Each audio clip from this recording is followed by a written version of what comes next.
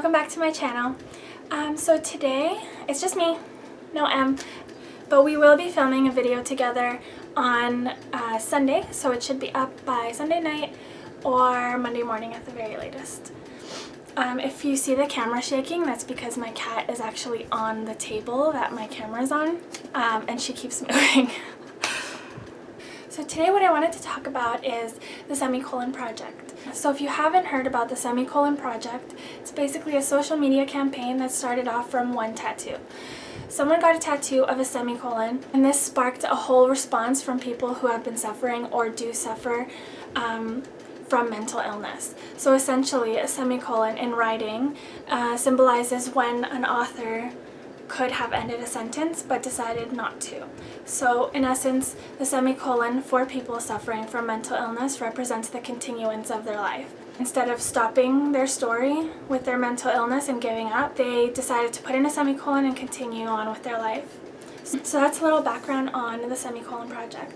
Now for me personally, I do suffer from a mental illness. It's called chronic panic disorder, and it's classified as an anxiety disorder. And it's something that I've suffered from for many years, but have only been diagnosed with within the last few months. Chronic panic disorder for me is essentially a whole bunch of anxiety, a whole bunch of panic, and way too many panic attacks. So like common symptoms of a panic attack are like pounding heart, sweating, shaking, shortness of breath or feeling like you can't breathe, dizziness, chest pain, nausea or like stomach pain, chills or hot flashes, numbness or tingling, especially in your hands or fingers, fear of dying, and a fear of losing control or going crazy. Honestly, when I had panic attacks regularly, I thought I was going crazy. I thought I was crazy, and I definitely thought I was gonna die. I had pretty much all of those symptoms, especially the numbness. Like my fingers would go numb, I would constantly shake, and I would feel extremely cold, and I couldn't breathe. Panic attacks for me could last like, 10-20 minutes, which doesn't sound like a very long time. However, coming down from a panic attack honestly is exhausting. It's like, your whole body has just been like, I don't even know how to describe it. I mean, I've never been hit by a truck, but I feel like if I had, that's what coming down from a panic attack would feel like. Trying to kind of pull yourself back together, trying to stop shaking and breathe normally was a very long process, and that had a significant effect on my life with them and my life with my relationships with my friends, my relationship with my mom. I was always angry.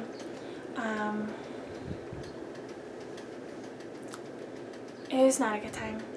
So I decided to make this video after writing a blog post about this, and you can actually see the link to my blog post below, so you can click on that and read through it. This video is my story only, and I am not attributing my experience with panic disorder to anyone else's experience with panic disorder or anxiety or any other mental illness. This is simply what I have gone through, my struggle and my recovery.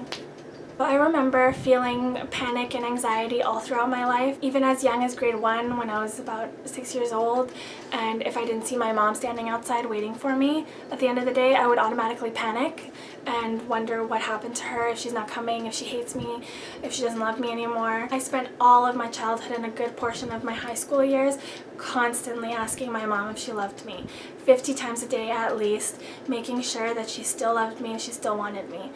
And now I know that this is attributed to the fact that my dad left when I was very young. It ended up turning into a complete mess in high school.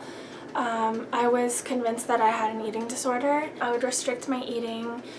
I would constantly measure myself, look at myself in the mirror, make sure that I've lost some weight, and just constantly go into a panic over that. This continued into my university years, where I began to really hate my body, and I would stand in front of the mirror and literally just punch myself, like all over my arms, all over my stomach, my legs especially. In university, I was dating M.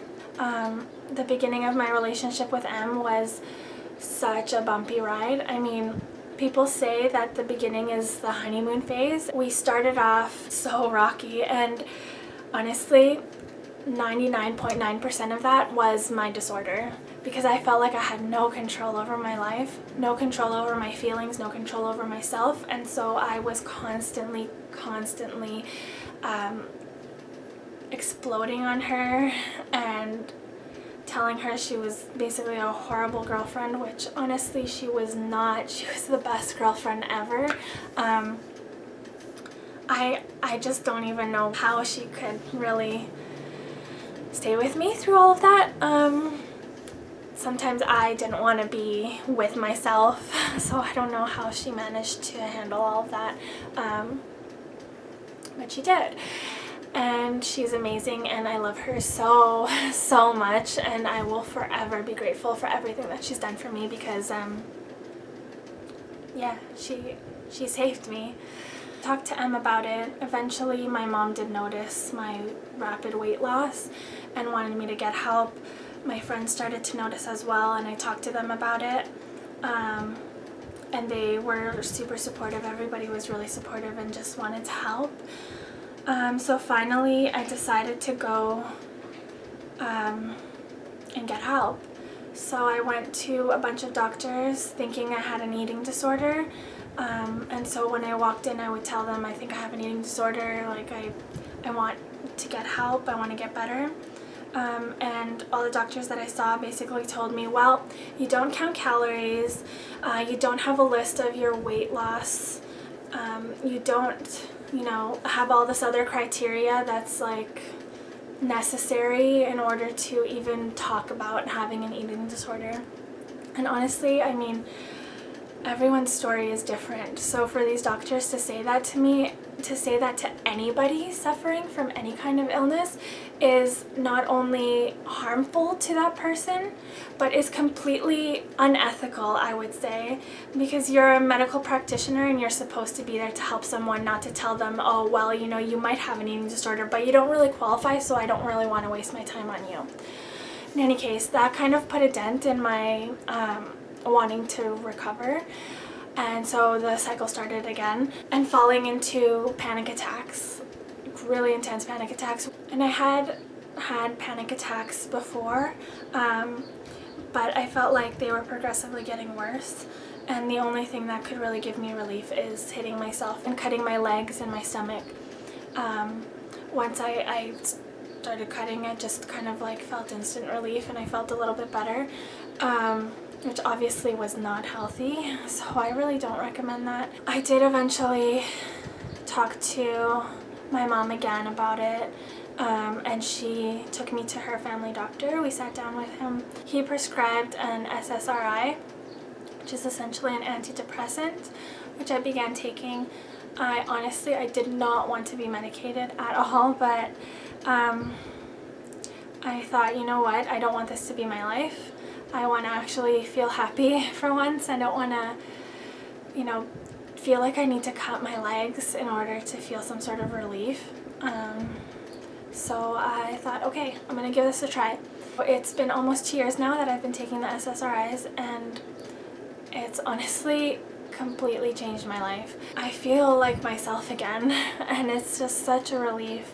I feel so happy all the time. I mean, not all the time. There are days when, I wake up and I'm just like, nope, this is just not a good day. And that's a lot of things. It could be just the weather, or, I'm just feeling grumpy, or I have my period, and but it's like, I want to say kind of normal things, normal reasons why I'm feeling bad that day. And not because of my illness, which is what I had gone through for so long. There were days when I didn't want to get up. There were days when I honestly wanted to kill myself. And I'm so glad that I didn't, because life is amazing. There's so much you can do with your life, and it's just, yeah, I mean, it gets better, right? It does. You just have to find the treatment that works for you. And for me, that's been the medication, surrounding myself with people that love me and that I love, and having like a really great support system. So that includes my mom, my chosen family, aka my friends, of course, our cats, animals. Animals have been a huge part of my life. I volunteer with an organization here in Toronto called Toronto Cat Rescue, and just cuddling those kitties and seeing that, you know, whatever they had gone through, any kind of like abusive situation, or, you know, living out on the streets or whatever, and then they're still able to trust another human. I mean, that for me was just an incredible form of therapy. So I highly recommend volunteering with your local animal shelter. And now I'm actually going to therapy. I started therapy early this year, and now I see her about once a month, and we just talk about, you know, how I'm dealing and anything that's going on in my life. And she's actually said that I'm coping really well. So I am super grateful to her as well, and having her to talk with if I'm going through something rough, if you know, there's something going on in my life. But, you know, there is hope. You can get better. I never wanted to take medication. I didn't even want to really admit that I had a problem, or that I was suffering from a mental illness. But once I did really acknowledge that I am suffering from a mental illness, I felt already just saying that to myself made me feel 100 times better. The medication really helped me be able to control when I have a panic attack. And like I said, I don't have panic attacks. It's been almost 2 years and I've had no panic attacks at all. And that is just such a relief, honestly. With my illness, I actually do have to remain medicated for the rest of my life, which is something that I wasn't sure if I was okay with. You know what? Going back to how I felt before is just not an option, so I'm fine with taking the medication. So after hearing about the Semicolon project, I was so excited, and I love getting tattoos. So I thought, okay, this is gonna be my next tattoo. And so I ended up looking through Pinterest, and I found one that I really liked. It had an anchor, a balloon, and a semicolon.